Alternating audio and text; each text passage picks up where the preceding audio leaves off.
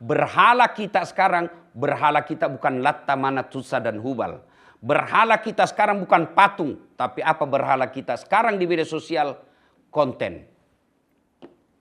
Ada orang berani mempermalukan dirinya, tidak malu lagi, yang penting viral. Itu berhala. Berhala abad modern. Ada orang bahkan tidak takut menginjak-injak Quran, yang penting viral. Potong-potong ayat, menghina ayat, yang penting viral. Itu adalah berhala model baru. Nah, ada beberapa poin yang ingin saya sampaikan. Pertama, saya merasa surprise sebab saya kira itu Ustadz Ikhwan tidak kunut. Ternyata kunut. Masya Allah. Sementara ada jamaahku di kampung, sebelum dia pergi umroh, dia kunut. Pulang umroh, tidak kunut.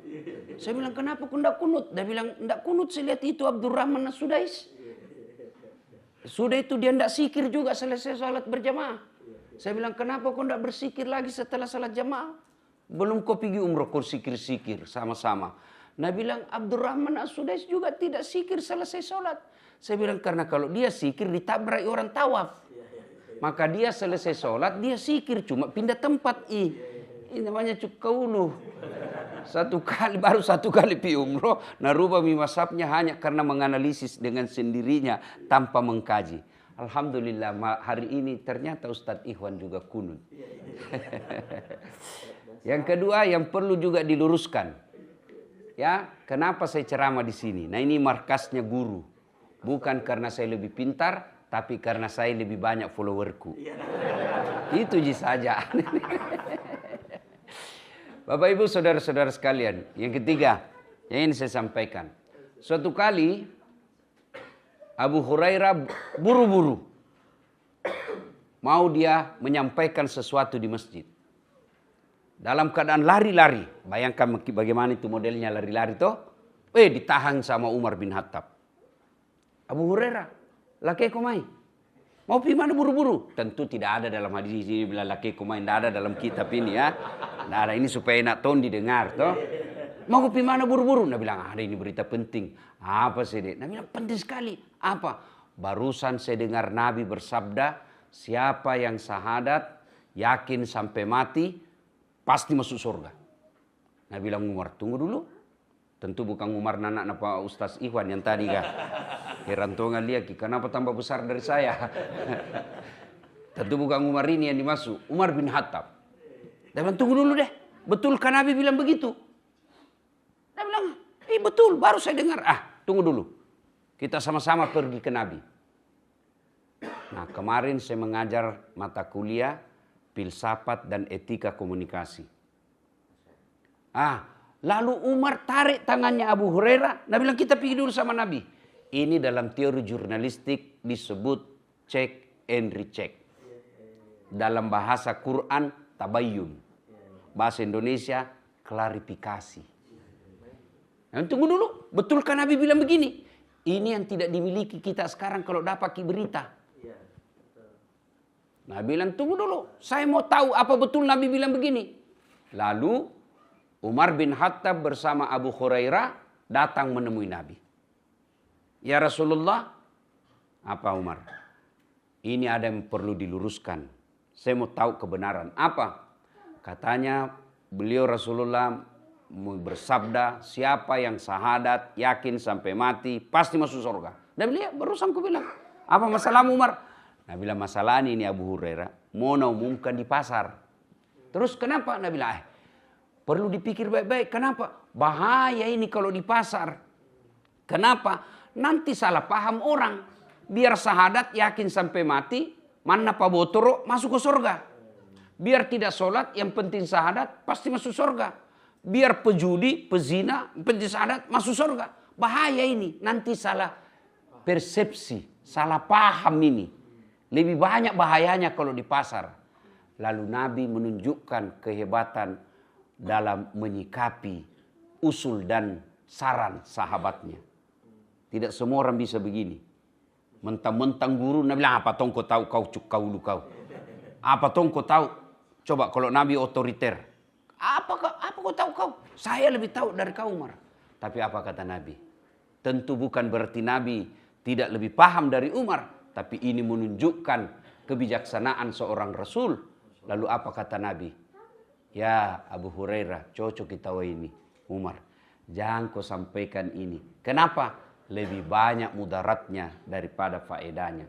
Sehingga saya selalu istilahkan, kadang berita yang benar ditunda penyampaiannya atau bahkan dihilangkan niat menyampaikan. Kenapa? Lebih banyak mudaratnya antara berita dengan kemaslahatan umat. Ini yang kita tidak miliki sekarang. Sehingga saya dapat ilmu dari Ustadz Ikhwan yang mengatakan pepatah Arab, likulli maqam maqal wa likulli maqal maqam. Artinya sesuatu tempat ada bahasa yang cocok untuk tempat itu, dan sesuatu bahasa ada tempat yang cocok untuk bahasa itu. Ini kalau mubalik tidak tahu, pewarta tidak tahu, pemberita wartawan tidak tahu, apa namanya ini? Motto. Ini, bukan ini hadis. Pepatah Arab tidak menggunakan ini, maka terjadilah seperti yang banyak di medsos dan lagi viral sekarang. Apa itu? Penyalahgunaan pernyataan-pernyataan yang kemudian bisa berujung kepada keributan huru-hara. Tidak ada huru-hara di pasar, tapi huru-haranya di mana? Di media sosial, sehingga menguras energi semua elemen bangsa untuk membahas yang tetek bengek seperti ini. Paham aki maksudnya toh? Jangan dikonkretkan, kan nanti dibuliki lagi. Nah, Bapak Ibu Saudara-saudara sekalian, karenanya seorang muslim yang baik agamanya, dia tidak akan gampang terprovokasi, tidak gampang termakan oleh berita yang mengandung berita hoax. Nah, pertanyaannya, masalahnya bagaimana kita mau tahu ini berita hoax atau tidak? Karena ternyata saya saja di grup mubalik yang nyata-nyata mubalik banyak juga menyebarkan berita-berita hoax. Jangankan mubalik yang tidak belajar akademik tentang berita, dalam forum dosen sekalipun yang saya punya, ada juga forum dosen saya, ternyata ada juga yang termakan berita hoax. Kenapa? Tenan sengi ciri-cirina. Dia tidak tahu ciri-cirinya. Maka pada kesempatan ini saya akan sampaikan. Tidak mau kak bicara yang lain karena lebih hebat Ustadz Fahru Rosi sama Ustadz Ikhwan. Tapi kalau ini saya tonsen pelajari. Atau itu hebatnya manusia. Tidak boleh merasa lebih hebat dari yang lain. Masing-masing ada jagonya. Saya tidak boleh pandangin tentukan tambal ban. Kenapa? Karena kalau bocor banku di jalan, angkat tangan anaknya. Itulah sebabnya orang tidak boleh menganggap remeh orang lain. Kenapa? Kamu hebat di bidang yang satu, kau lemah di bidang yang lain. Kenapa? Supaya tidak terjadi seperti itu, supaya Nabila Laguna Merama terjadi roda kehidupan berputar. Karena kalau ada orang jago semua, kalau kaya ki semua, siapa mau menjual jalan kote? Ya toh? Nah ini mi. Toh? Saya baca tata canku supaya saya tidak salah karena ada guru di sini. Ciri-ciri berita hoax menurut teori yang saya pelajari. Yang pertama, judulnya sensasional, provokatif. Biasanya memakai kata-kata heboh seperti terbongkar. Apalagi setiap ada kata-kata terbongkar, viral, segera sebarkan. Itu kalau ada kata berita, judul berita yang Bapak Ibu melihat judul beritanya terbongkar, viralkan, segera sebarkan. Itu sudah ciri-ciri berita hoax. Yang banyak kita dapat begitu toh? Yang kedua, karena waktunya terbatas kan? Jami dijelaskan sepanjang lebar. Moral lihat nanti nih apa yang bilang Ustaz Iwan di belakang. Yang kedua, sumber tidak jelas. Tidak mencantumkan media resmi. Penulis atau berasal dari situs yang tidak terkenal. Maksudnya apa? Mau kita tahu ciri-cirinya. Berita hoax. Menurut sumber yang tidak mau disebut namanya. Pak Bale-Bale mintu. Kenapa kau tidak mau disebut namamu? Itu ciri-ciri wartawan yang mau enak saja. Mau lepas dari tanggung jawab. Kenapa? Karena kalau sebut nama dan itu bohong, saya bisa tuntut. Di mana kau dengar saya bilang begitu? Maka untuk amannya dia bilang, menurut sumber yang tidak berkenan disebut namanya. Itu ciri-ciri itu. Kemudian situs tidak jelas. Situs apa itu? Maksudnya alamat berita. Misalnya kalau situs yang resmi, kompas.com, detik.com, metrotv.com, tv1.com, antara.com. Itu resmi itu. Tapi kalau Nabi pengejarviral.com. Itu waspada. Ini penting supaya apa? Ada nanti penjelasannya dalam Quran, dalam surat terakhir. Nanti Ustadz Parhuroci bacakan ayatnya. Ya, yang ketiga, tidak ada data atau bukti yang kuat. Biasanya menurut desas-desus. Desas-desus berarti tidak jelas. Kalau Nabi bilang menurut kantor berita Antara, berarti jelas ini sumbernya. Ya, kalau Nabi bilang menurut rumor yang beredar di kompleks Balitai. Ini kompleks namanya toh? Berarti tidak jelas ini. Berita gosip namanya. Ini penting.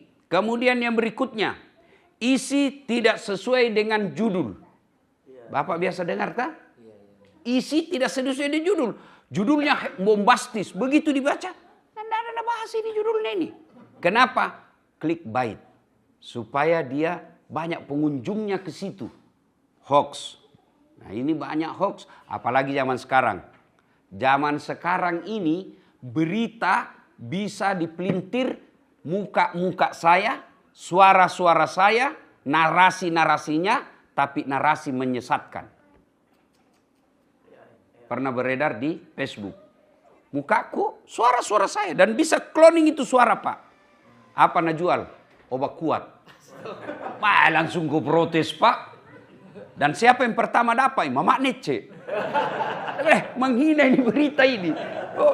Saya masih kuat, Pak. Masih bisa ke ceramah 1 hari 5 kali. Iya, menghina. Kalau dibilang iklan menjual tasbih, saya tidak protes. Iklan menjual sajadah, bolehlah. Obat kuat. Dan itu banyak terjadi. Maka hati-hati. Yang terakhir itu di Facebook. Viral, Dasat Latif. Itu sudah ada kata viral tuh. Viral, Dasat Latif mengunjungi. Siapa itu yang banyak, kayak dukun-dukun di Banten, apa di daerah mana itu? Mengunjungi Habib Kanjeng. Betul itu ada gambarku turun dari pesawat. Tapi bukan dalam konten itu. Itu bahayanya kalau begini. Orang akhirnya bilang, ya sumbangi tahu, Dasat saja datang. Ini penting. Supaya apa? Kita tidak menimbulkan kegaduhan dan kesesatan. Berikutnya lagi. Ini berdasarkan kajian yang saya pelajari ya. Kemudian memancing emosi. Emosi yang dimaksud menimbulkan ketakutan. Kemudian marah. Ada berita yang membuat orang rasanya mau patah pasaki. Ya. Kemudian panik. Kayak kemarin itu tentang BBM. Beda naik dengan langka. Ya, kalau naik kan sekarang naik. Tapi kelangkaan, kenapa muncul kepanikan? Karena orang bilang tidak ada. Panik, maka saya bikin kantor itu. Karena di Makassar 1.000 bisa lihat. Dan itu bisa berpotensi orang berkelahi. Bayangkan Pak, kalau mengantri maki 2 jam, tiba-tiba datang melambung. Bisa rusuh orang. Kenapa dia melambung? Kita juga tidak tahu. Kenapa dia melambung kodong? mau meninggal orang yang mau nabawa. Maka saya bikin video untuk tidak panik. Begitu juga orang kalau pergi umroh kan saya selalu bilang kalau bawa jamaah banyak, jangan panik, jangan panik, jangan panik. Begitu ada berita kau dapat, jangan panik. Dan berita yang membuat kepanikan, rasa takut, kecemasan, itu ciri-ciri hoax. Karena berita yang baik, dia menimbulkan ketentraman. Tahu berita, apa bedanya informasi dengan berita? Kalau informasi itu pengetahuan baru, itu informasi namanya. Kalau berita menghilangkan kecemasan, justru berita itu tujuannya menghilangkan kecemasan. Contoh, orang berkumpul orang di pinggir jalan. Mau datang, wartawan mau masuk, apa ini? Itu namanya kecemasan, ketidakpastian namanya. Apa itu di, apa itu. Tiba-tiba ada wartawan kreatif kita wah. Kasih jalan. Kenapa? Bapakna. Orang semua kasih jalan. Ternyata dilihat, monyet ditabrak. Bapakna monyet kan. Ya, nah, kalau ada orang berkumpul, kan penasaran kita, apa itu? Maka kita datang. Begitu kita lihat, oh begini, itulah berita. Jadi kalau ada berita yang membuat orang panik, cemas, takut, percaya itu bukan berita tapi hoax. Ada tujuan tertentu. Tujuannya apa? Membuat, bisa jadi kalau berkaitan politik, mau menjatuhkan sesuatu. Maka umat Islam kalau dia paham agama dengan baik, dia tidak akan gampang terprovokasi. Nah, berikutnya, bahasanya berlebihan atau tidak proporsional dan tidak profesional. Banyak huruf kapital. Ya, banyak huruf-huruf kapital. Tanda kutip huruf, kemudian cetak miring, kasih bol. Itu sensasi. Bagaimana supaya orang tertarik? Tidak proporsional cara menggunakan penggunaan huruf dan kalimatnya. Ya. Kemudian menyuruh untuk menyebarkan. Misalnya segera sebarkan. Jangan terlambat. Viralkan segera. Itu ciri-ciri hoax. Kenapa dia bilang begitu? Karena pasti ada tujuan tertentu di balik berita itu. Bukan berita dan informasi yang dia lakukan yang tujuan utamanya, tapi efek dari berita itu yang dia inginkan.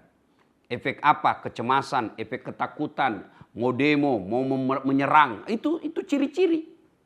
Justru berita yang baik melahirkan ketentraman dan kedamaian. Nah.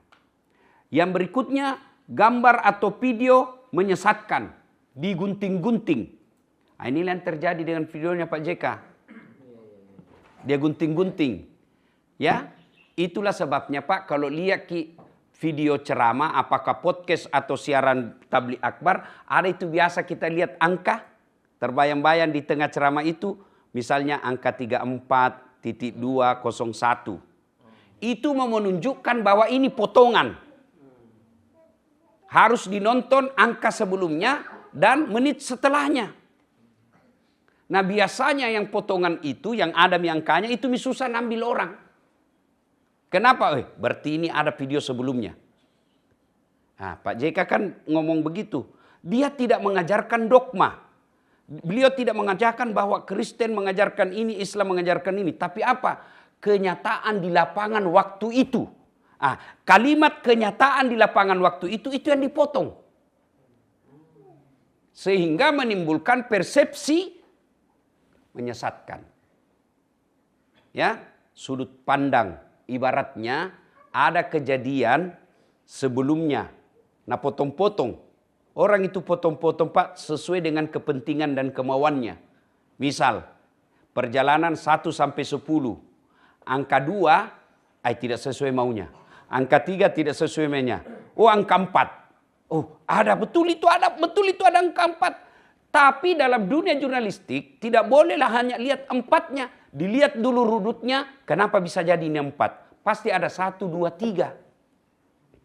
Kalau kita langsung lihat saja 4, ini yang potensi disalahgunakan. Pasti ada tujuannya. Bisa jadi kalau tujuannya bukan politik, bisa jadi cari apa itu? Udah bilang anak muda kah pansos. Panjat sosial, mau naik akunnya, mau nak kasih naik akunnya. Alhamdulillah saya ingat. Sekarang berhala kita bukan Latta, Manat, Uzza dan Hubal. Berhala kita sekarang bukan patung, tapi apa berhala kita sekarang di media sosial? Konten. Ada orang berani mempermalukan dirinya, tidak malu lagi, yang penting viral. Itu berhala. Berhala abad modern. Ada orang bahkan tidak takut menginjak-injak Quran, yang penting viral. Potong-potong ayat, menghina ayat, yang penting viral. Itu adalah berhala model baru. Nah, ciri berikutnya. Ya. Tidak diliput media terpercaya. Nah, jadi caranya begini. Kalau ada berita viral kita dapat, ya, berita yang kita bilang, betulkah ini? Cari dulu di TV nasional. Lihat di TV berita. Misalnya Metro TV, TV One. Karena dia khusus berita. Kompas TV. Lihat, kalau satu hari tidak ada berita, hampir bisa dipastikan ini pasti bohong. Kenapa? Karena kalau benar, tidak mungkin berita besar, kantor berita besar, TV sekelas, media besar tidak meliputnya. Nah, pasti yang meliput ini media abal-abal. Yang punya niat jahat di dalamnya. Nah, berikutnya, ya, yang ke-10, tanggal atau konteks tidak jelas. Tidak ada jelas tanggalnya, tanggal berapa. Bahkan bisa jadi video lama, gunting kembali, munculkan. Itu yang disebut jejak digital. Nah, biasa seperti itu. Nah, sekarang itu ciri-ciri yang konkret dan jelas. Nah, apa bahayanya bagi kita orang Islam? Nah, suatu ketika di zaman Khalifah Harun al-Rashid, ada seorang, jago ini kalau ada tahu, adik-adik, yang selalu dipelesetkan namanya, dijadikan cerita-cerita lucu. Abu Nawas. Jadi jangan pikir itu Abu Nawas kisah fiktif, itu ada tokoh orangnya, ada orangnya. Abu Nuwas namanya, cuma sampai ke Indonesia menjadi Abu Nawas. Ya. Nah, Abu Nuwas ini atau Abu Nawas difitnah. Ada orang yang sentimen sama dia. Difitnah. Apa yang difitnahnya? Abu Nuwas mencuri. Dia berita, sebarkan itu berita. Dia mencuri. Akhirnya kodong Abu Nawas tersudut. Dan dia bikin pengumuman. Itu fitnah. Bohong. Akhirnya digerebek rumahnya. Kira-kira Satpol PP. Grebek rumahnya. Setelah diperiksa seluruh sudut-sudut dalam rumahnya, tidak ditemukan apa yang dituduhkan curian itu. Akhirnya dia bilang Abu Nawas, kira-kira kalau bahasa kita sekarang, kukan aja apa mi?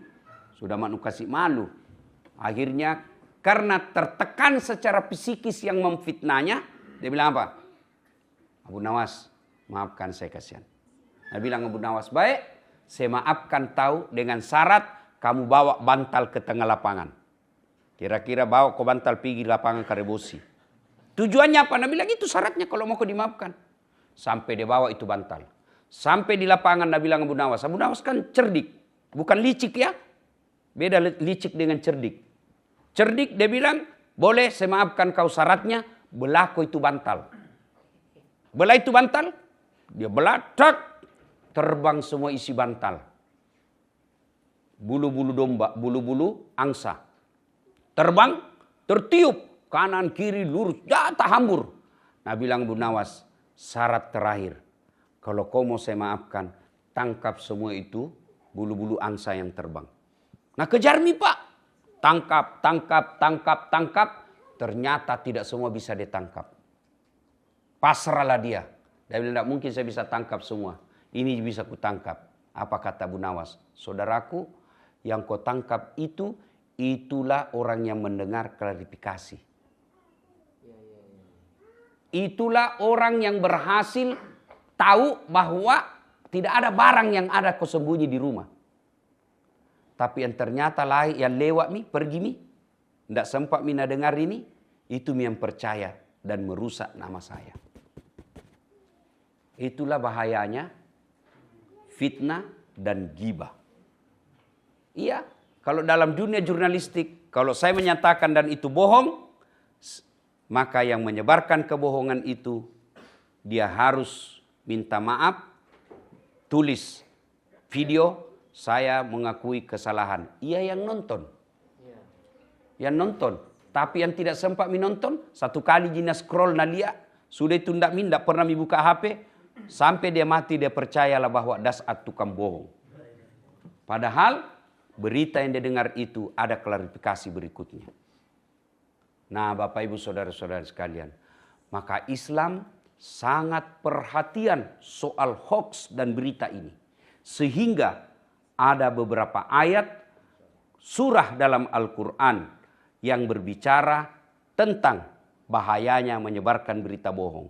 Yang pertama, surah Al-Hujurat ayat 6. Di mana Allah berfirman, "Wahai orang-orang yang beriman, jika datang kepada kalian orang fasik." Adik-adik tahu itu fasik. Fasikun, apa itu? Kalau bahasa sekarang, Islam pencitraan. Itu Islam pencitraan. Kalau mau Ramadan, boy pakai kisongko, pakai gamis, pakai serban, penampilan kala-kala ustad. Kalau Ramadan, sudah Ramadan kesurupan miside. Itu Islam pencitraan, pabale-bale. Fasik namanya itu. Lihat maka kalau kau tahu itu selalu bicara Islam, selalu bicara agama, tapi akhlaknya tidak baik, itu orang fasik. Apabila datang sekelompok orang fasik membawa suatu berita, maka telitilah. Teliti kebenarannya, bahasa Al-Qur'annya fatabayyanu.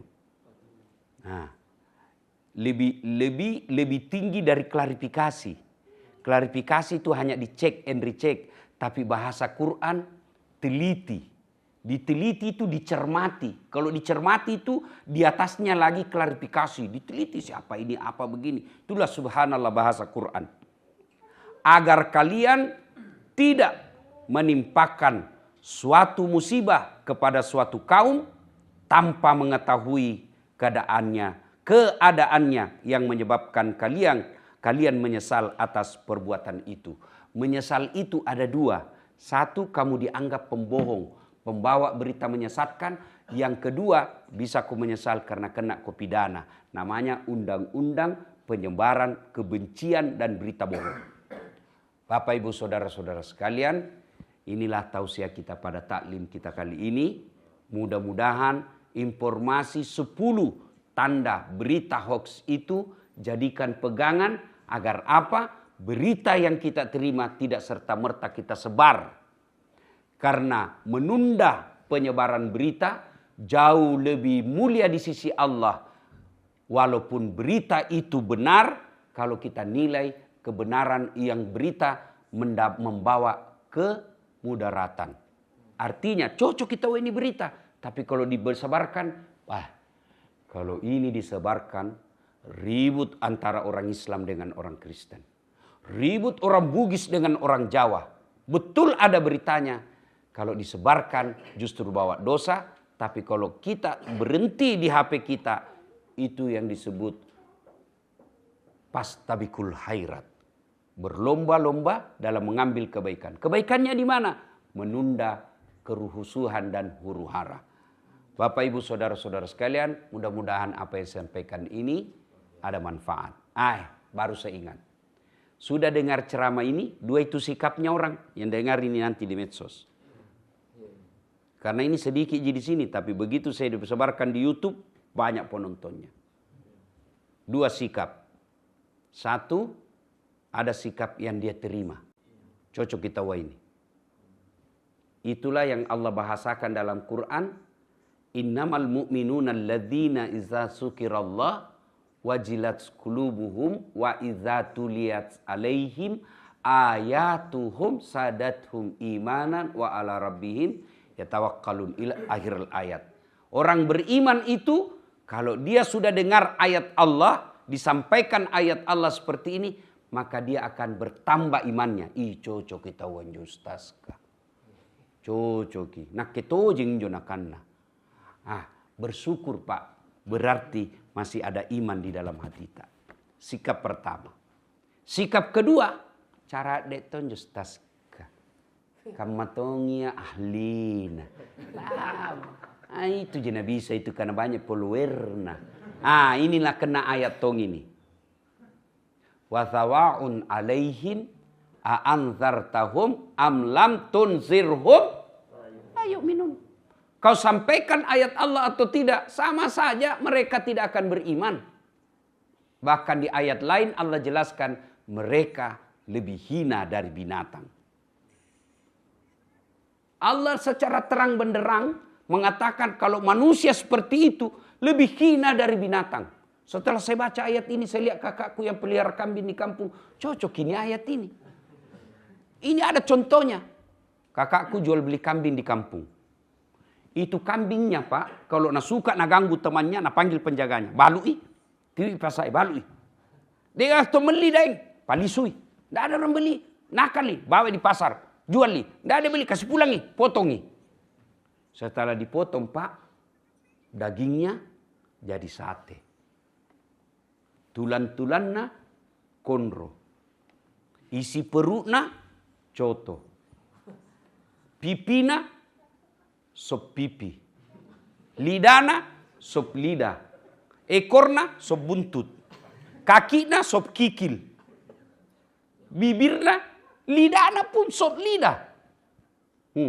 Kulitnya jadi perhiasan. Tanduknya perhiasan. Ituna obat kuat. Saya ingat waktu ku kecil dibakar itu. Yang bilang orang tua dulu, obat kuat ini nak. Coba kambing suka nak ganggu orang, masih bisa dijual.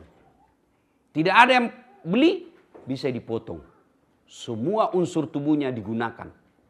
Tapi kalau manusia, penyebar kebencian, penghasut, kerjanya hanya memfitnah, kerjanya hanya menyebar kebohongan, kerjanya hanya cari viral kepentingan dirinya tanpa memperhitungkan kemaslahatan umat. Mau diapai orang seperti ini? Bila maki mau diapai? Dijual siapa mau dibeli? Dipotong siapa mau makan? Di penjara masih merugikan negara. Kenapa? Masih dikasih makan kok. Inilah makna dari ayat. Kalau manusia tidak punya iman dan dia fasik, mereka lebih hina dari binatang. Siapa bilang? Quran, bukan saya. Semoga ada manfaat. Lebih dan kurang yang mohon dimaafkan. Usikum wa nafsi bitaqwallah. Fastabikul khairat. Assalamualaikum warahmatullahi wabarakatuh.